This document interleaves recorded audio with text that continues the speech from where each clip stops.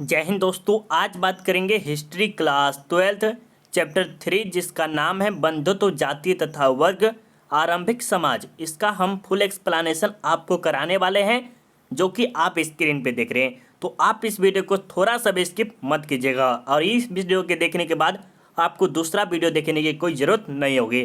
तो चलिए यहाँ से स्टार्ट करते हैं। और स्टार्ट करने से पहले मेरे दोस्त, यह जो वीडियो है कक्षा 12वीं के स्टूडेंट के लिए है जो कि इतिहास, जिसे इंग्लिश में हिस्ट्री बोलते हैं, चैप्टर 3 जिसका नाम है बंधुत्व जाति तथा वर्ग आरंभिक समाज। सबसे पहले हम जानेंगे चैप्टर 3 का नाम यही क्यों रखा गया था।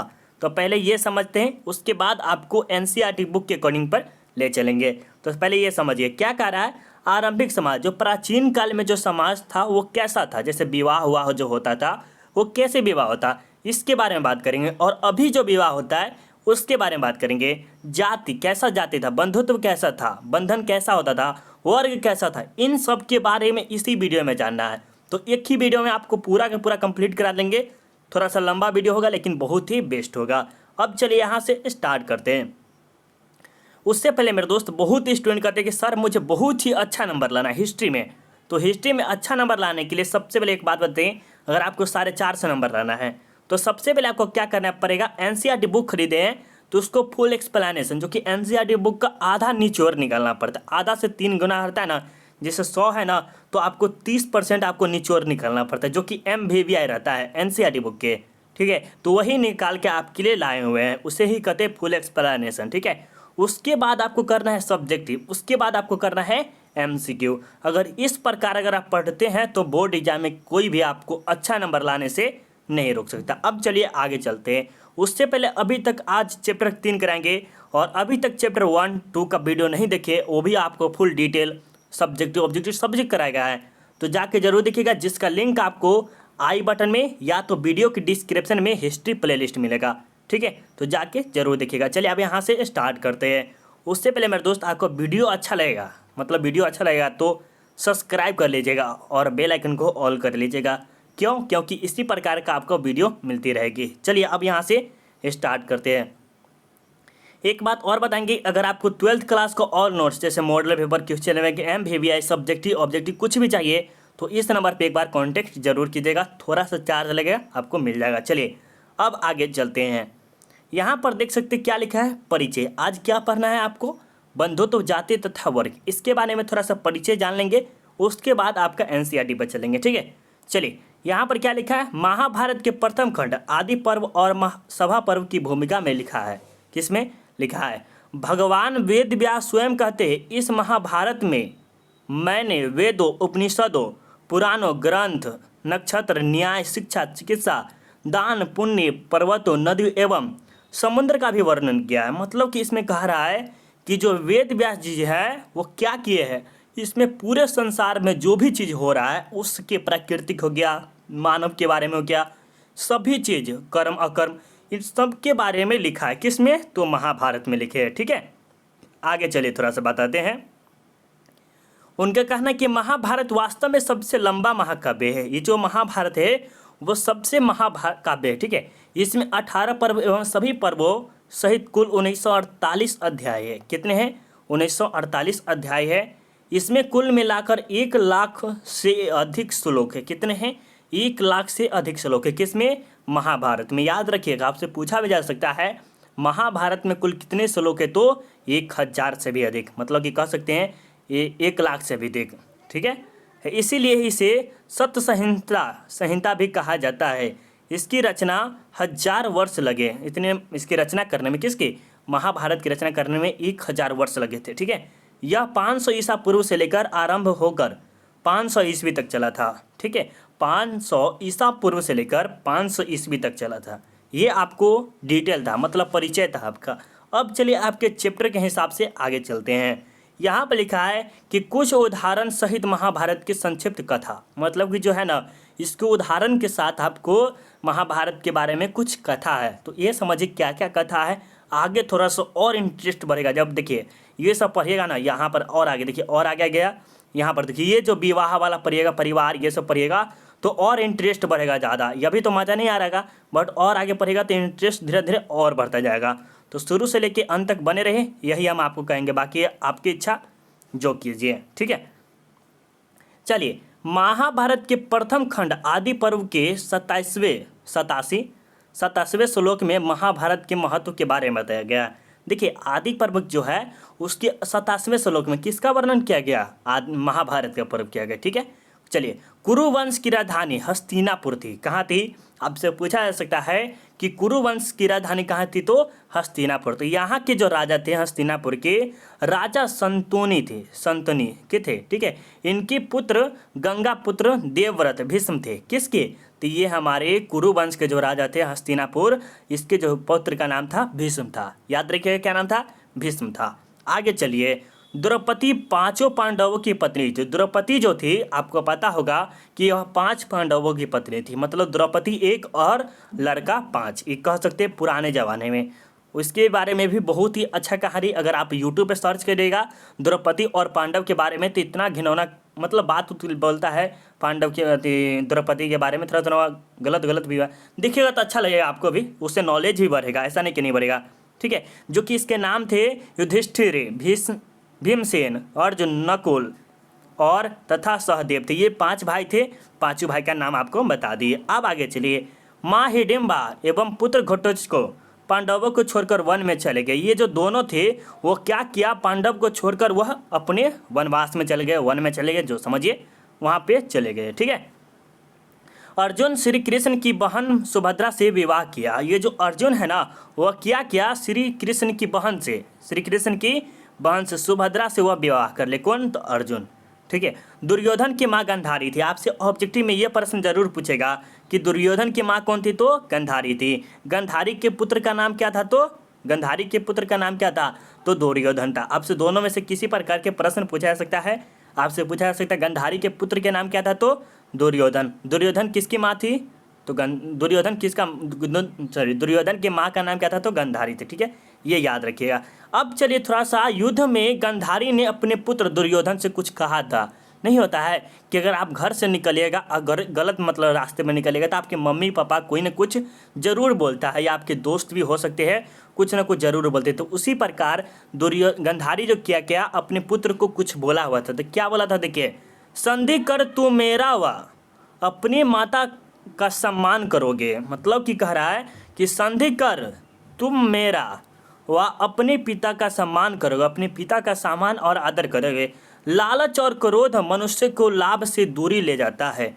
क्या करता है? मनुष्य के, कौन बोला था? गांधारी बोले थे कि लालच और क्रोध मनुष्य के क्या कर देता है? वह लाभ से दूरी कर देता है। आप जो प्रॉफिट कमाने वाले हैं, पैसा लाभ कमाने वाले हैं, उससे आपको दूर भेज देता है। ठीक है, इन दोनों शत्रुओं को परास्त कर राजा समस्त पृथ्वी को जीत सकता है।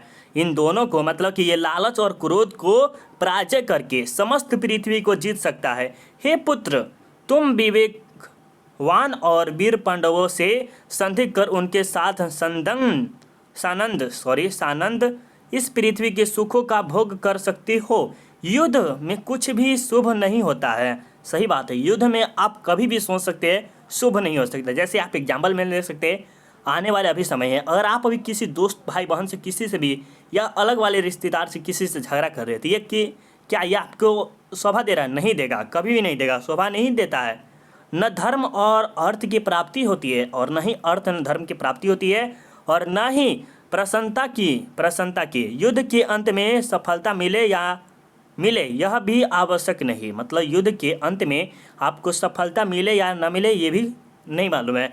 अतः तुम अपने मन को युद्ध में मत लिप्त करो। ठीक है, ये बोलती है गांधारी कि अपने बेटे को कि युद्ध में तुम मत जाओ, यही कुछ कहती है। और लालच और क्रोध को बंद करके तुम अपनी पृथ्वी पर समस्त क्या कर सकते हैं? विजय प्राप्त कर सकते हो। तो ये कुछ कारण थे। चलिए थोड़ा सा और आगे मज़ेदार इंटरेस्ट लेते हुए आगे पढ़ते हैं। ठीक है, अब थोड़ा सा आगे देखिए क्या कह रहा है। क्रोध, ईर्ष्या एवं लालच के वशीभूत दुर्योधन ने अपनी माँ के इन वचनों की अवहेलना की। मतलब अवहेलना का अर्थ क्या हुआ कि जो दुर्योधन है ना, अपनी माँ गांधारी का बात नहीं सुनी, थोड़ा सा भी नहीं सुनी। किसमें? क्रोध और ईर्ष्या और लालच के कारण। ठीक है, अतः 18 दिन तक कुरुक्षेत्र में महाभारत का युद्ध हुआ, और 18 दिन तक चला है। इसी को कहते हैं। आपसे सीधे पूछता है कोई कि आप यूट्यूब पे देखिएगा तो क्या कहता है, महाभारत का युद्ध 18 दिन क्यों चला था, इसके कारण ही चला था। क्यों कहता, इसके कारण ही चला था, ठीक है। और ये सिर्फ कहता है 18 दिन चला बस हो गया, इसके बाद आगे पढ़ाई भी नहीं करता है, ठीक है। इसमें पांडव मतलब कि पांडव का जीत हुआ, मतलब सत्य की विजय हुई। क्रोध, ईर्ष्या, लालच, घमंड एवं असत्य रूपी दुर्योधन की कौरवों की हार हुई। क्या हुई, कौरवों की हार हुई और पांडवों की जीत हुई। जब आप रामायण पढ़े होंगे, गीता पढ़े होंगे, सॉरी रामायण नहीं, गीता में आपको ज़्यादा खास कर ये दिखता है, या महाभारत में देखिए, महाभारत में आपको बहुत ही बेस्ट लिया। इसीलिए कहते हैं सत्य में वो जीते, मतलब सत्य की हमेशा जीत होती है, ठीक है। ये मेरे ख्याल से बहुत इसमें से ऑब्जेक्टिव ये पूछा जा सकता है कि महाभारत का युद्ध कितने दिनों तक चला था, तो 18 दिन तक समथिंग। ये प्रश्न, ये खाली प्रश्न आपको 6 से 7 साल पूछा गया लगातार, अगर देखा जाए तो 2002 से अगर लीजिएगा तो 2002 से 7 से 8 साल पूछा गया ये प्रश्न सिर्फ, ठीक है। अब चलिए थोड़ा सा आगे चलते हैं। यहाँ पर कह रहा है श्रीमद् भगवत गीता, क्या कह रहा है, श्रीमद् भगवत गीता के बारे में इतना। गीता में कुल 18 अध्याय, कितने 18 है, 18 अध्याय एवं श्लोक 700 श्लोक है, कितने 700 श्लोक है। इसके महत्व को समझते हुए 1850 ईस्वी में चार्ल्स विक्लिंटन ने भगवत गीता को अंग्रेजी में अनुवाद किया है। और उन्होंने क्या किया, 1850 ईस्वी में क्या किया, गीता का क्या क्या अनुवाद क्या है अंग्रेजी में। तो ये समझ में आ गया। चलिए थोड़ा सा और आगे चलते हैं। इसमें से कोई ज़्यादा इंपॉर्टेंट नहीं था, बट ये पूछा जा सकता है कि गीता में कुल कितने अध्याय, तो 18,700 श्लोक है। ये ज़्यादा से ज़्यादा यहाँ तक पूछा जा सकता है, ठीक है। अब आगे चलते हैं। यहाँ पे कह रहा है कि महाभारत का समालोचनात्मक संस्करण जो है क्या है, तो महाभारत का समालोचन 1919 ईस्वी में B.S. सुखथोकर ने नियुक्त किया। अनेक विद्वानों ने इसका समालोचन संस्करण तैयार करने का प्रयास किया। महाभारत की पांडुलिपियाँ मुख्यतः सारदा, नेपाली, मैथिली, बंगाली, देवनागरी, तेलुगु एवं मलयालम लिपियों में मिली है। मतलब कि जो आपको जो महाभारत है वो जो लिपि मिलेगी शारदा लिपि। हम शारदा लिपि के बारे में सुने नहीं है, आप तो पता नहीं शारदा लिपि क्या होता है, बट आपको पता होगा तो आप ज़रूर बताइएगा। नेपाली सुने हैं, मैथिली भी सुने हैं, बंगाली भी सुने हैं, देवनागरिक भी सुने हैं, और तेलुगु भी, मलयालम ये भी नहीं सुने हैं, लिपियों में मिली है। तो ये आपकी बुक के अकॉर्डिंग था, थोड़ा हम लिख दिए, सोचे कि नहीं सब चीज़ लिखना बहुत ज़रूरी है। ये लिपि के बारे में आप बताइएगा, 2 लिपि आप जानते हैं कि नहीं जानते हैं। चलिए थोड़ा सा और आगे बढ़ते हैं। लेख बारे में, महाभारत एक ऐसा ग्रंथ है जिससे शिक्षा लेकर मानव अपने जीवन का उज्जवल चरित्र का निर्माण कर सकता है। इसका सकारात्मक अध्ययन हमें प्रत्येक क्षेत्र में सफलता दिला सकता है। सकारात्मक मतलब क्या, पॉजिटिव, क्या होता है पॉजिटिव, ठीक है। ये आपके लिए बहुत ही सफल बना देता है, ठीक है। एक बात और बताएंगे मेरे दोस्त, एक बात और, अगर आपको इंग्लिश ग्रामर का एक बात और बताइएगा, इंग्लिश ग्रामर का क्लास ले तो अच्छा रहेगा। इंग्लिश ग्रामर और हिंदी व्याकरण, इंग्लिश ग्रामर और हिंदी व्याकरण के क्लास लेंगे तो आप हमें ज़रूर बताइए कमेंट करके। ये हिस्ट्री वाला है वो भी ज़रूर बोलिए, ताकि आपके लिए बहुत ही बेस्ट होना चाहिए। प्राचीन भारत का सामाजिक इतिहास, महाभारत के विषय में संदर्भ, इसके बारे में बताना है। तो ये आप यहाँ से आपके लिए बहुत ही बेस्ट है। तो इधर और पढ़िएगा तो और मजा आएगा। परिवार के मतलब फैमिली। प्राचीन भारतीय समाज संरचना में परिवार का महत्वपूर्ण स्थान था। मतलब कि जो प्राचीन काल में था वहाँ पर जो परिवार होता था उसका बहुत ही महत्वपूर्ण स्थान होता था। आजकल का ऐसा नहीं है, अभी तो महत्वपूर्ण है ही नहीं ज़्यादा। मानव की समस्त आवश्यकताओं की पूर्ति परिवार द्वारा की होती थी। मतलब कि जो भी मानव की जो आवश्यकता होती थी, जैसे खाने पीने, कपड़ा पहनने होने, जितनी बेचारी समस्याओं को झेलने उलने की समस्या होती थी वो सब परिवार पे डिपेंड होता था। ऋग्वैदिक काल जो कि 1500 से लेकर 1000 ईसा पूर्व में पितृसत्तात्मक परिवार थे। मतलब पिता के था, और परिवार में माता पिता, पुत्र पुत्री, भाई बहन एवं पति पत्नी के लिए पृथक पृथक 2 बार आ गया पृथक संज्ञाएं थी।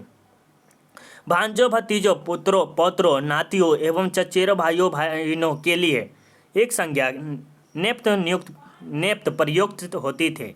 महाभारत में 2 परिवार कौरवों एवं पांडव दिखाई देते थे। मतलब कि जो है ना, महाभारत में आपको 2 भाई मिलेंगे। कौन कौन मिले थे आपको बता दें कि गौरव और पांडव, ठीक है। जिसमें पांडव की विजय हुई थी और गौरव मतलब उसके कौरवों की हार हुई थी। जिसमें से ये था दुर्योधन और ये था कौन था दूसरा था, ठीक है, अर्जुन शायद ऐसे ही था। अब चलिए आगे चलते हैं। यहाँ पर देखिए विवाह के बारे में, विवाह के बारे में आपने बहुत ही सुना होगा, लेकिन ऐसा विवाह आपने कभी नहीं सुना होगा जो कि आप बुक में देख रहे हैं, ठीक है। तो इस विवाह को बहुत ही मान्यता दीजिएगा और अच्छा से समझिएगा। चलिए, विवाह शब्द जिसका शाब्दिक अर्थ वधु को वर के घर ले जाना या पहुंचाना, क्या होता है विवाह का जो शाब्दिक अर्थ होता है, अभी वर्तमान में भी बता रहे हैं। जैसे एक लड़की यहाँ पर है और एक लड़का, हम लड़का लिख देते हैं, यहाँ पर बॉय लिखते अच्छा रहेगा, ठीक है। यहाँ पर गर्ल, ठीक है। यहाँ पर एक घर हो गया, यहाँ पर घर हो गया। यहाँ जो गर्ल के घर है ना, वहाँ से लड़की को यहाँ ले आया था बॉय के घर में, और बॉय जाता है यहाँ से लाने, ठीक है। उसी प्रकार कहा जा रहा है। तब विवाह शब्द जिसका शाब्दिक अर्थ वधु को वर के घर ले जाना या पहुँचाना। प्राचीन काल में वर्णित 16 सामाजिक संस्कारों में विवाह एक महत्वपूर्ण संस्कार था। मतलब 16 संस्कार थे ना, उसमें से जो विवाह था वो सबसे अच्छा था, ठीक है, कह सकते हैं। मनुस्मृति में 8 प्रकार के विवाह का वर्णन है तथा महाभारत के आदि पर्व में 102वें अध्याय के श्लोक क्रमशः 11 से 17 में भीष्म पितामह ने भी इन्हीं 8 प्रकार के विवाह का वर्णन किया है, ठीक है। मनुस्मृति एवं भीष्म द्वारा वर्णित यह 8 विवाह है। कितने विवाह है? 8। आपसे पूछा जा सकता है कि मनुस्मृति में कुल कितने प्रकार के विवाह का वर्णन किया गया, तो 8 प्रकार के। और कितने श्लोक का, तो 102। ये बहुत बार पूछा गया और यह आपको हम भी कराए हुए हैं ऑब्जेक्टिव, ठीक है। ऑब्जेक्टिव जब आपको हम कराए थे तो ये भी प्रश्न आपसे हम पूछे हुए थे। तो आप सबने जो स्टूडेंट 2022 में एग्जाम दिए थे वो स्टूडेंट बहुत ही अच्छा उत्तर दिए थे। 2023 वाले के लिए बहुत ही बेस्ट है। देखते हैं क्या क्या आप देते हैं, अच्छा सा अच्छा रिजल्ट लाते हैं कि नहीं लाते, वो अलग बात है। अब चलिए थोड़ा सा और आगे चलते हैं। सबसे पहले क्या होता है, ये जो 8 विवाह है ना, 8 विवाह के नाम पड़ेंगे। सबसे पहले ब्रह्म विवाह हो गया, देव विवाह हो गया, अर्ष विवाह हो गया, प्रजापति विवाह हो गया, असुर विवाह, गंधर्व विवाह, राक्षस, पाशाच्य विवाह, इन सब के बारे में हम बात करेंगे। थोड़ा सा लंबा चौड़ा वीडियो बनेगा मेरे दोस्त, लेकिन इसी वीडियो में हम कितना भी बड़ा बने, इसको कंप्लीट करना है तो करना है, ठीक है। चलिए देखते हैं, कोई दिक्कत नहीं, बनने दीजिए, कोई दिक्कत नहीं है। चलिए, ब्रह्म विवाह क्या होता है? हिंदू समाज में ब्रह्म विवाह को विवाह का सबसे उत्कृष्ट और आदर्श स्वरूप माना जाता है। क्या माना जाता है? उत्कृष्ट और सबसे आदर्श स्वरूप माना जाता है। किसमें? हिंदू धर्म में विवाह को बहुत ही अच्छा मान्यता माना जाता है। यह वर वधु दोनों पक्षों की सहमति से होता है। मतलब कि यहाँ पर लड़का और यहाँ पर लड़की, लड़का लड़की के परिवार के मर्जी से होता है और लड़की के भी परिवार से। ब्रह्म विवाह संस्कार के अनुसार युवती का पिता अपनी पुत्री के लिए एक सुयोग्य और चरित्रवान युवक की तलाश करते हैं। मतलब कि लड़की जो होती है ना, उसके पिता एक अच्छा सा लड़का जो कि अच्छा खासा हो, सुयोग्य, उसके लिए योग्य हो, ठीक है, चरित्रवान हो, बहुत ही अच्छा हो, उसके लिए खोजती है। देव विवाह में क्या होता है? देव विवाह उसे कहते हैं जिसमें पिता अपने पुत्र के लिए अच्छा वर नहीं खोज पाता है। मतलब जो है वो क्या करते, देव विवाह में पिता जो है ना अपने पुत्र के लिए अच्छा वर नहीं खोज पाता है, तो किसी यज्ञ में अपनी बेटी को दान दे देता है, तो उसे देव विवाह कहते हैं। और अपनी बेटी को क्या करते हैं? दान दे देती है, पंडित को दे दे, किसी को दे दे, ये देव विवाह हो गया। अब अर्ष विवाह क्या होता है? अर्ष विवाह उसे कहते हैं जिसमें कन्या का कन्यादान गाय या बैल के जोड़ी से हो, उसे अर्ष विवाह कहते हैं। मतलब कि अर्ष विवाह में आपको लड़का और लड़की के नहीं बल्कि किया जाए और बैल और गाय के जोड़ी से किया जाए, तब उसे ही कहते हैं अर्ष विवाह, ठीक है, जिसमें लड़का लड़की नहीं। प्रजापति विवाह क्या होता है? प्रजापति विवाह एक प्रकार का बाल विवाह है जिसमें छोटी सी उम्र में ही उनकी आज्ञा के बिना विवाह कर दिया जाता है। इसमें वधु का पिता अपनी कन्या को वर को न सौंपकर वर के पिता को सौंपता है, जबकि ब्रह्म विवाह में कन्या का पिता अपनी कन्या को वर को ही सौंपता था। मतलब कि अगर कहा जाए तो सबसे बेस्ट ब्रह्म विवाह है। और प्रजापति विवाह में ये होता है कि जैसे यहाँ पर लड़का है, यहाँ पर लड़की है, यहाँ पर एक पिता है, ये लड़की का पिता है, लड़की का पिता है, यहाँ पर लड़का का पिता है, ठीक है। तो ये जब लड़की हो ना, इसे सौंप दिया जाता है, ना कि लड़का को सौंपना चाहिए ना, जो करेगा लड़का को सौंपना चाहिए। और यहाँ ब्रह्म विवाह में लड़का, यहाँ पर लड़का के पिता है, यहाँ पर लड़की है, यहाँ पर लड़का के पिता है, यहाँ पर लड़की, तो लड़की को सीधा सौंपता था, लड़का को पिता को नहीं सौंपता था। लेकिन प्रजापति विवाह में ये रोल था, ठीक है।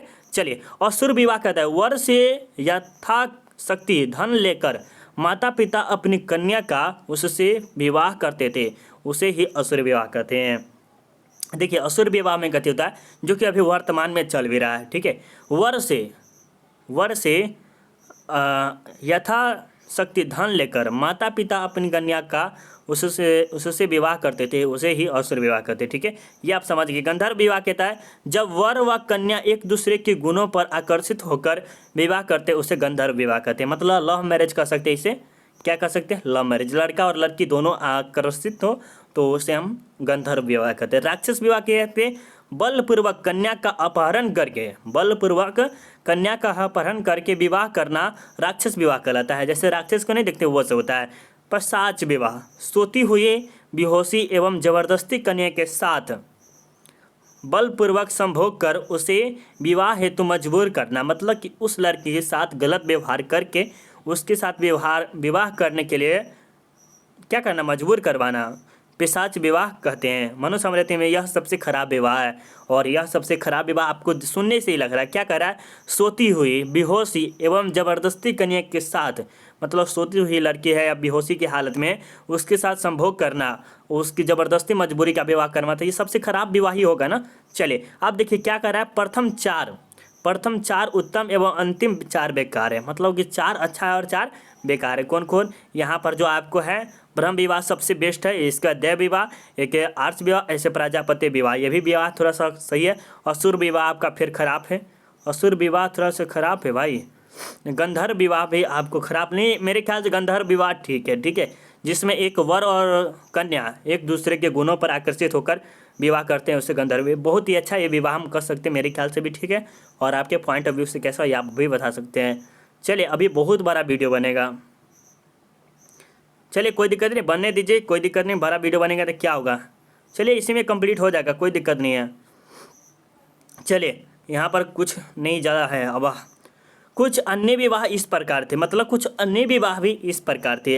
अंतर विवाह होता है इस वैवाहिक संबंध में एक समूह, एक गोत्र, एक जाति या एक स्थान में बसने वाले के बीच ही होता है, उसे अंतर विवाह कहते हैं। जैसे समझिए एक जाति, एक गोत्र, एक वर्ग, ठीक है, एक समूह, मतलब जो जाति है, जो वर्ग होना चाहिए, जो गोत्र होना चाहिए, तीनों चीज़ मिलेगा तब उसका शादी होगा एक ही जगह पर, तब उसे क्या कहते हैं, अंतर विवाह कहते हैं। लेकिन मेरे ख्याल से ये सबसे घटिया विवाह है।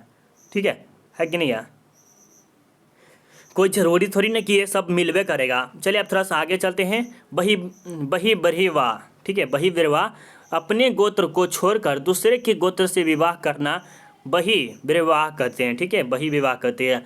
वहीं पर देखिए अपना गोत्र छोड़ के, मतलब कि यादव है, कलवार है, जो भी जात हो, ये जात छोड़कर, सिंह है, कुछ भी राजपूत है, कुछ भी है, उस जात को छोड़कर दूसरे जाति में शादी करना, तो ये हमारे क्या कहलाते हैं, ये बहिर्विवाह कहलाते हैं। ठीक है, अब बहुपत्नी प्रथा क्या होती है, ये सबसे घटिया होता है बहुपत्नी प्रथा। ठीक है, एक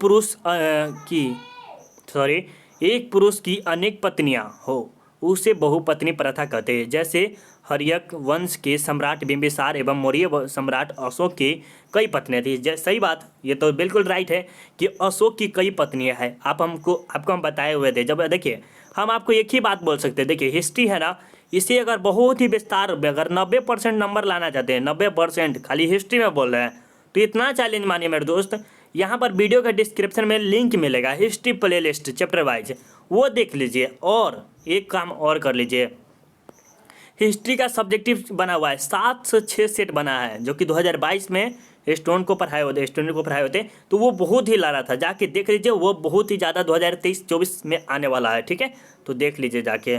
अब चलिए थोड़ा सा आगे चलते, यह विवाह मेरे ख्याल से सबसे घटिया विवाह है। चलिए बहुपति प्रथा वही हो गया कि एक स्त्री के कई पति होते हैं। यह प्रथा कम प्रचलित थी, मतलब कि यह जो है, यह महाभारत द्रौपदी के पति 5 थे, यही में पता चला था, बाकी सब चीज़ में नहीं चलता। देखिए देखिए बहुपत्नी है और बहुपत्नी, इसमें पत्नी का ज़्यादा थी, इसमें पति ज़्यादा है, तो इसमें 5 पति थे, किसमें, गांधारी की 5 पत्नी थी। ठीक है, सॉरी द्रौपदी के। स्त्रियों का गोत्र, वर्ण व्यवस्था, इन सब जाति व्यवस्था, ये सब नहीं बताए हुए, ज़्यादा कोई इंपॉर्टेंट नहीं था इसीलिए नहीं बताया। ठीक है, चलिए अब आगे चलते थोड़ा सा। यहाँ पर देखिए महाभारत के लेखक कौन थे, महाभारत के जो लेखक कौन था इसके बारे में, who was the writer of Mahabharata. चलिए महाभारत के रचयिता स्वयं महर्षि वेद व्यास है। कौन है, स्वयं महर्षि वेद व्यास है, जिसका कार्यकाल 500 ईसा पूर्व से 500 ईस्वी तक चला, लगभग 100 नहीं सॉरी 1000 वर्ष तक चला था। कितने? 1000 वर्ष तक।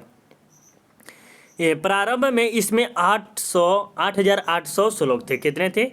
8800 श्लोक थे, लेकिन अब यह बढ़कर 1 लाख से अधिक वाले हो गया है। मतलब कि पहले जो था 8800 श्लोक थे कहाँ? महाभारत में, लेकिन बाद में क्या हुआ? वह 1 लाख बढ़ गया। ठीक है, महाभारत में व्यास जी ने ब्रह्म से कहा है, भगवान मैंने इस महाकाव्य में समस्त वेदों, उपनिषदों, इतिहास एवं पुराणों का मंथन करके चारों